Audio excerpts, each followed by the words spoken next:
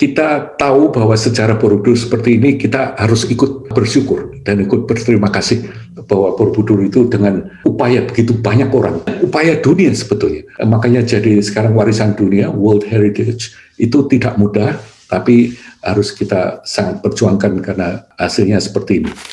Ini semua batu-batu dicopot, dipakai crane, disimpan. Waktu itu belum ada komputer.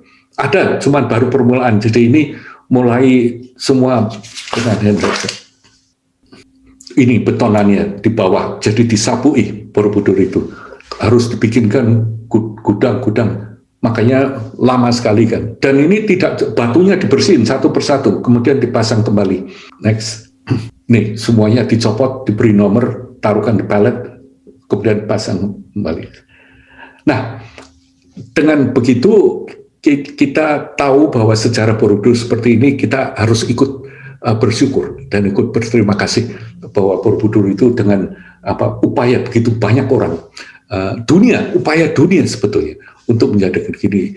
Makanya jadi sekarang warisan dunia, World Heritage, itu tidak mudah, tapi harus kita sangat perjuangkan karena hasilnya seperti ini. Nah, saya kira mungkin untuk teman-teman mungkin yang belum pernah ke Borobudur juga, ataupun kita semua, mungkin ada baiknya kalau kita juga melihat struktur dari nanti kita akan cerita, tadi sudah disebut, kita akan melangkah ke lantai pertama, ya, karena itu lantai satu yang bisa kita akses sekarang, karena bawahnya ini ditutup, maka ada baiknya mungkin kalau kita mengerti sedikit mengenai struktur dari Borobudur. Just enjoy this one. Jadi kalau kita lihat Borobudur, ini lapisan, di sekeliling itu sebetulnya Pradaksina Patam. Untuk Pradaksina yang warnanya agak kecoklat-coklatan ini. Kita bayangkan Borobudur ini bangunnya seperti ini. Ini Edmund yang gambar di sini luar biasa sekali. Sayangnya kita nggak bisa 3D dimension, sebab ini sebetulnya gambar ini 3 dimension. Ini you can do it anyway gitu. Sangat menarik. Paling bawah sebagai dasar dari hidup ini, sebagai landasan dari hidup atau landasan dari candi, Karma Wibangga yang dipilih. 160 panel yang di bawah ini sebelum ditutup. Kemudian jadi yang dibuka hanya di tepinya ini. Sekarang kita bisa lihat ini kalau kita ke Borobudur. Nah, oke, kalian tahu ada 160 panel dengan berbagai dan kalian sudah terima kan sutranya, menjadi expert semua di Karma Wibangga sekarang. Nah, ini salah satu yang berjasa. Tentunya Krom mulai mentafsirkan foto-foto dari Pak Kasyan Chevas, tapi temannya yang namanya Sylvan Levi, itu beliau beli suatu manuskrip dari Nepal. Waktu beliau berkunjung melihat Krom, beliau melihat, ini pasti Mahakarma Wibangga. Jadi koneksi antara yang Krom tahu tentang karma dan sutra Karma Wibangga ini oleh Sylvan Levi. Tapi ternyata Karma Wibangga ini tidak lengkap. Makanya ini untuk bertahun-tahun membingungkan sampai hanya mungkin pertama kali lah kita satu grup ini mulai membahas. Kalau membahas 160 semua sudah pernah, pasti ada tulisannya bermacam-macam dari sini dan sini, teman yang menyatukan, membagi bagian-bagiannya ini, akhirnya kita bisa tahu dari sutra-sutranya, dan yang terakhir kalian sekarang sudah punya satu sutra lengkap dengan begitu, meskipun ada beberapa bagian kita ambilkan di sini. Nah, dalam 160 ini kurang lebih kan ada beberapa tema gitu. Yang pertama, tema pertama itu adalah tema antara tindakan dan konsekuensinya, seperti Alpayu, umur pendek, itu sebabnya adalah menganjurkan untuk membunuh dan sebagainya, makanya sebelah kirinya mati. Ini kalau kita pelajari, ini sebagai petunjuk, begitu. Di sini saya ingin my point ini supaya kita bisa jangan menganggap bahwa itu hukum karma seperti itu. It's not like that. It's not like that. Jadi ditunjukkan, misalnya grup pertama adalah tindakan dan konsekuensinya. Nah, grup kedua dalam 160 itu, ini yang saya sebut alam-alam semuanya nih. Makanya di sini yang saya kasih contoh alam binatang, Tirya Yona, kemudian Arupa Dewa. Jadi mengenai Borobudur dibagi jadi Kama Dhatu, Rupa Dhatu, Arupa Dhatu, jelas salah karena urusan itu di Karma Wibhanga sudah diterangkan secara detail lagi.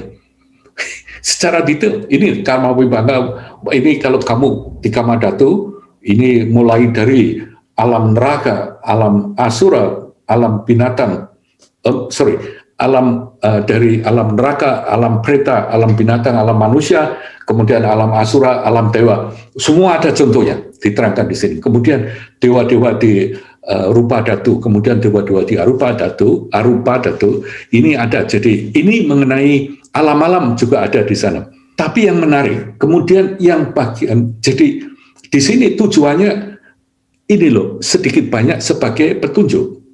Sebagai petunjuk. Hidup ini hal-hal seperti ini loh konsekuensinya.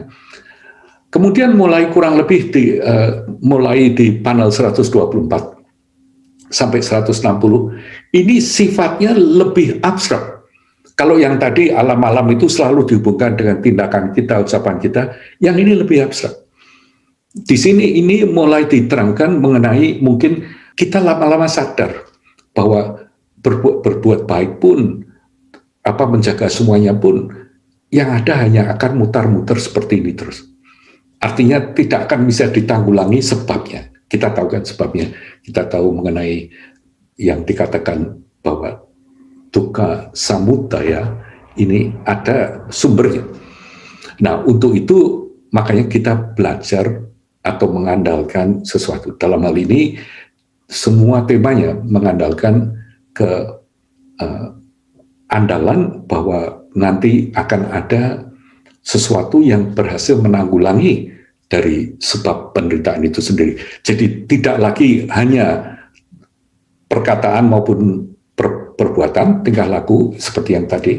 Sekarang mulai dari sini temanya itu tema-tema abstrak, tema-tema pemberian, tema-tema offering.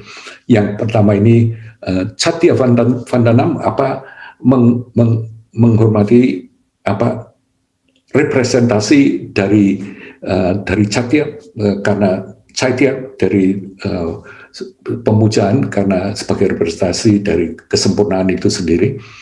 Kemudian yang juga Suswara, mempersembahkan suara. Macopat mempersembahkan sebagai offering. Jadi di sini tujuan offering ini anything that you think nice in your mind. Ini intinya di sini whatever itu. Nggak ada prescribed things. There is nothing. Makanya di sini yang namanya Suswara.